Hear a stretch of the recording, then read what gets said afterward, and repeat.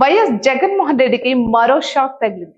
రాజశేఖర రెడ్డి కుటుంబ సభ్యుల ఆస్తుల వ్యవహారంలో మరో భారీ ట్విస్ట్.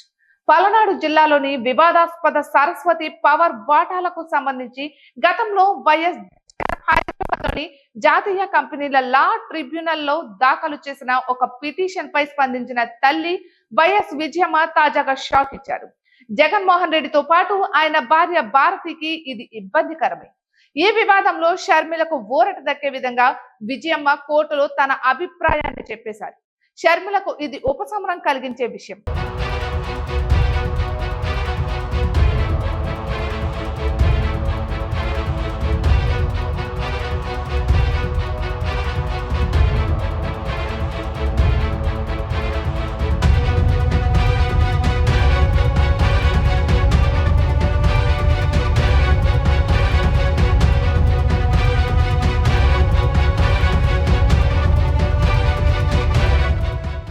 తాజాగా జగన్మోహన్ రెడ్డి దాఖలు చేసిన పిటిషన్ పై తన అభిప్రాయాన్ని చెప్పారు విజయమ్మ.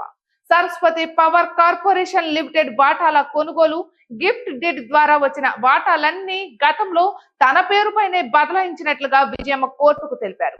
అందుకే సరస్వతి పవర్ వాటాలపై ఉన్న అన్ని హక్కులు తనకే ఉన్నాయని చెప్పుకొచ్చారు. 99.75% వాటాలు తన పేరుతోనే ఉన్నాయని, జగన్ తో పాటు భారతీయులకు వాటాలు లేవని తేల్చి చెప్పేశారు.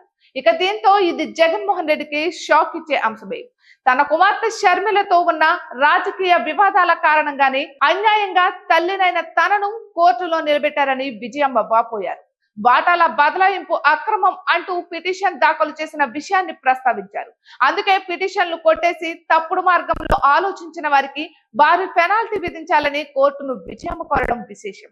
అయితే 2021లో సరస్వతి పవర్ లో 46.71 లక్షల వాటాలను, సొండూర్ కంపెనీ 71.5 లక్షల వాటాలను, క్లాసిక్ రియాలిటీ కలిపి మొత్తం 1.21 కోట్ల వాటాలను తనకు విక్రయించిన విషయాన్ని గుర్తు చేశారు విజయమ్మ.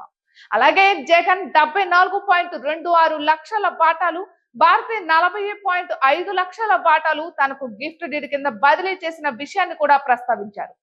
ఇక దీని ప్రకారం గత ఏడాది 14న తనకు వాటాలు బదిలీ అయ్యాయని చెప్పారు. దీనిని సరస్వతి పవర్ బోర్డు కూడా ఆమోదించి తనను సభ్యురాలుగా చేసిన విషయాన్ని కూడా గుర్తు చేశారు. కాబట్టి కంపెనీలో 99.75% వాటా ఉన్న తనను కుటుంబ కారణాలతో ప్రశ్నించడం కుదరదని కోర్టు ముందు తేల్చి చెప్పారు. అయితే కుమారుడు జగన్మోహన్ రెడ్డి విషయంలో విజయమ్మ రాజీ పడినట్లు వార్తలు వచ్చాయి. పిల్లలిద్దరి మధ్య సర్దుబాటు చేసే ప్రయత్నంలో ఉన్నట్లు కూడా ప్రచారం నడిచింది.